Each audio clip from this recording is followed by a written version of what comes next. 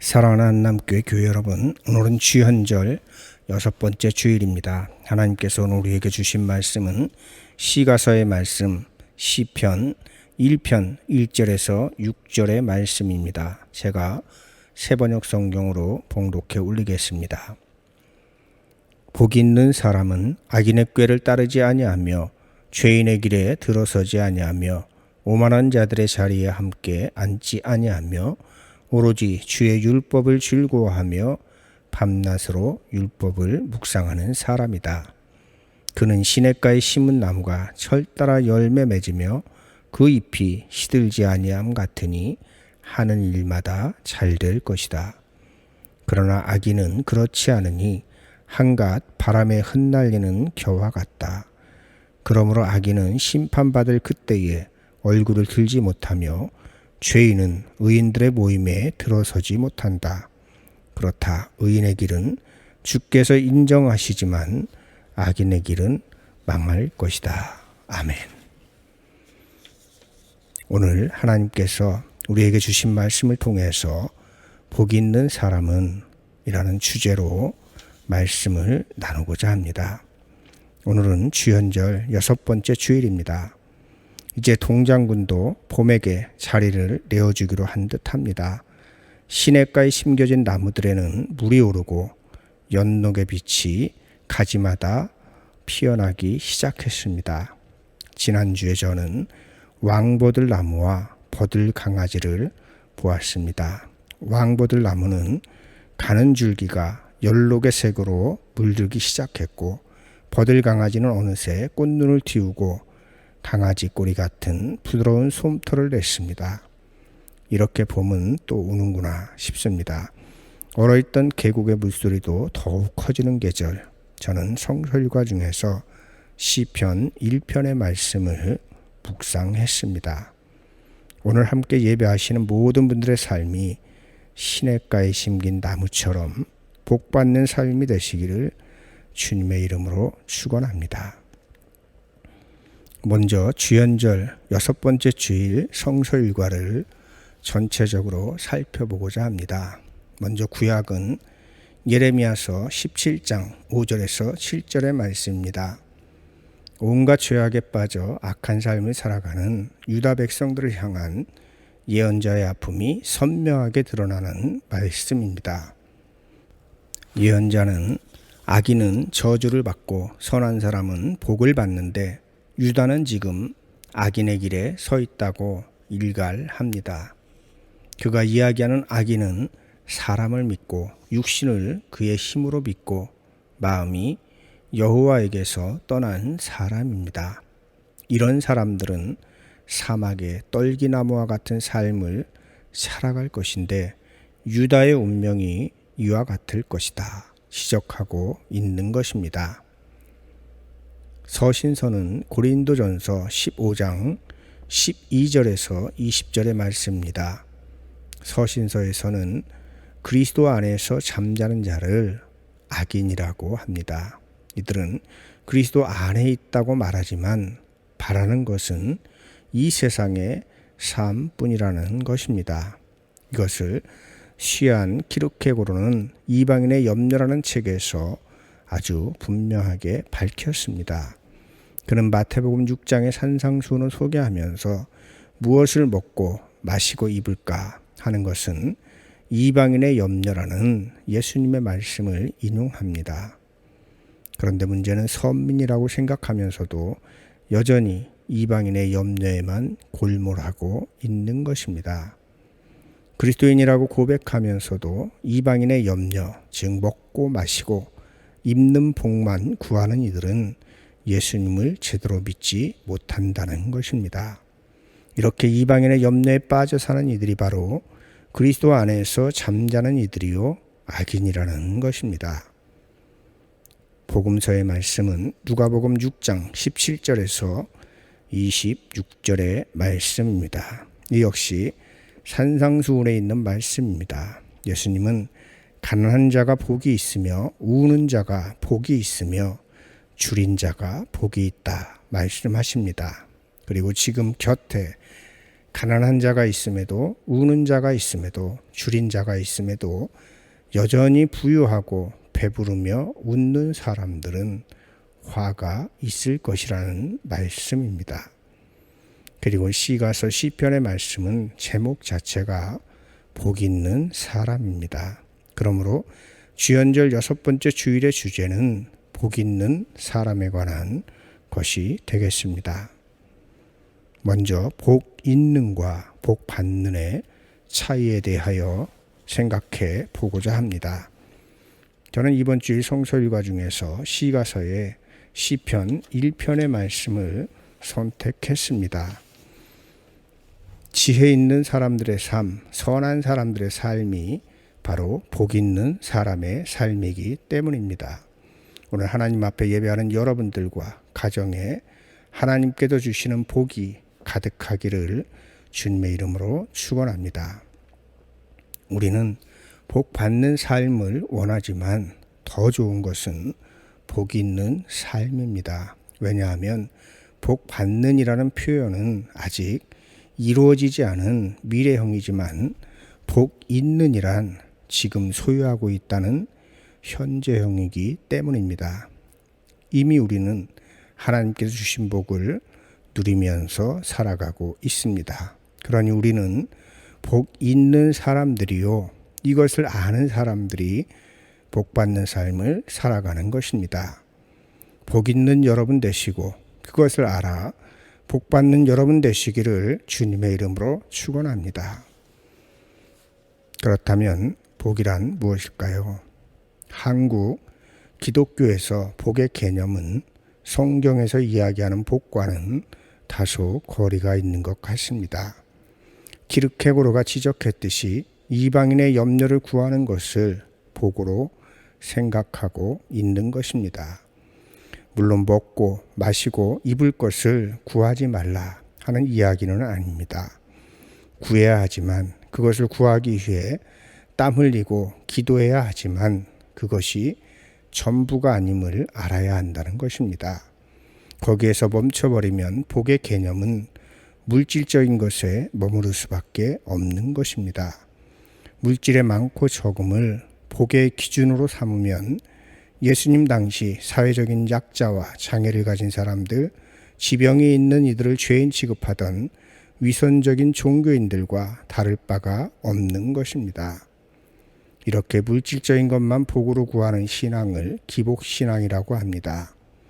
예수 그리스도를 믿는 신앙이 기복신앙이 되면 우리는 이방인들보다도 구원받기가 더 힘듭니다. 왜냐하면 자신들의 모든 행위를 그리스도 안에서 하는 것으로 착각하기 때문입니다. 성서일과 고린도전서에 나오는 그리스도 안에서 잠자는 이들이 되는 것이요, 악인이기에 예레미야서에 나오는 사막의 떨기나무와 같은 삶을 살아갈 수밖에 없는 것입니다. 하나님께 복을 비는 것은 당연한 것입니다. 하지만 그것이 자신의 물질적인 욕심을 채우기 위한 수단으로만 드리는 기도라면 그런 기도는 재고해야 할 필요가 있는 것입니다. 그렇다면 시편에서 말하는 복이란 무엇입니까? 시편 1편 1절에서 2절의 말씀을 함께 읽어보겠습니다.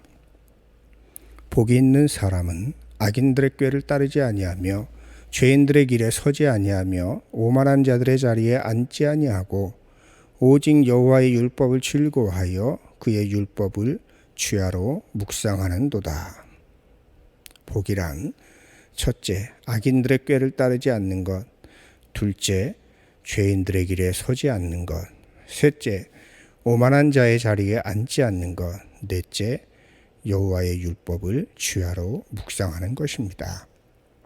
먹을 것, 입을 것, 마실 것을 구하는 것이 아닙니다. 그러나 이렇게 복 있는 사람의 삶을 살아가면 하나님께서 먹을 것과 입을 것과 마실 것을 공급해 주시는 것입니다. 위에서 말씀드린 물신에 기반한 기복적인 복과 하나님께서 주시는 복의 차이점이 느껴지시길 바랍니다. 기복신앙은 받는 복, 즉 자기의 필요를 구하는 데에만 급급합니다. 하지만 복 있는 사람은 이미 받은 복으로 복 있는 삶을 살아감으로 일용할 모든 것들이 채워지고 그 복을 이웃과 함께 나누는 것입니다. 우리는 이 말씀을 통해서 복 있는 사람이 피해야 할 세 가지 유형의 사람들도 알 수 있습니다. 악인, 죄인, 오만한 자입니다. 이런 유형의 사람들을 우리는 조심해야 하고 동시에 우리가 이런 부류의 사람이 되지 않기 위해서 힘써야 하는 것입니다. 그렇다면 피해야 할 세 가지 유형의 사람들이 가진 특징이 무엇입니까? 먼저 악인입니다. 악인들의 꾀라는 문장을 통해서 악인들은 늘 선한 것으로 가장하여 악을 행한다 하는 사실을 알아야 합니다. 양의 탈을 쓰고 이리짓을 하는 것입니다. 오경의 시편 4색에서는 이들에 대해 무도한 자 이렇게 이야기를 합니다. 즉 도가 없는 사람, 마땅히 걸어야 할 길이 없는 사람, 또 그 길을 걷지 않는 사람이 악인이라는 것입니다. 흔히 흉악 범죄를 저지른 이들이나 나쁜 일을 저지른 이들만 악인이라고 생각할 수 있지만 무도한 자가 바로 악인인 것입니다. 자기가 걸어가야 할 길을 알고 그 길 위에 서 있는 사람, 그 사람이 의인이요 복 있는 사람입니다. 초대교회 당시 그리스도인들의 별명이 있었습니다. 그 별명은 그 길을 걷는 사람들이었습니다. 여기서 그 길은 예수 그리스도의 길이었던 것입니다. 그래서 길은 진리입니다. 하나님께서는 창세전부터 계획을 가지시고 각자에게 자기만의 걸어갈 길을 주셨습니다. 걸어갈 길이 어딘지 알고 그 길 위에 서 있는 사람이 의인인 것입니다. 걸어가야 할 길이 어딘지 모르고 다른 길에 서 있는 것을 하타라고 합니다. 그리고 여기에서 하마르티아, 죄라고 하는 단어가 나왔습니다. 즉 죄는 자기가 걸어가야 할 길을 걷지 않는 것입니다. 그러니 오경은 악인을 무도한 자라 이렇게 번역을 한 것입니다. 진리의 길, 걸어야 할 길을 걷는 복 있는 분들 되시기를 주님의 이름으로 축원합니다. 두 번째로 피해야 할 유형의 사람은 죄인입니다. 여기서 죄인은 단지 인간의 율법에 따른 구분이 아닙니다. 이 역시도 길과 관련이 있다는 점에 주목하시기 바랍니다. 죄인의 길은 유진 피터슨의 메시지에 따르면 망할 길이요 오경의 시편 4색에 의하면 소인배들이 서 있는 길입니다. 길이 아닌 도가 아닌 길을 걸어가는 이들입니다. 여러분은 어떤 길에 서 있습니까? 하나님은 우리에게 두 가지 길을 내어놓으시고 선택하라고 하십니다. 예레미야 21장 8절의 말씀을 함께 읽어봅시다. 여호와께서 말씀하시기를 보라 내가 너희 앞에 생명의 길과 사망의 길을 두었노라. 너는 이 백성에게 전하라 하셨느니라. 생명의 길이 있고 사망의 길이 있습니다.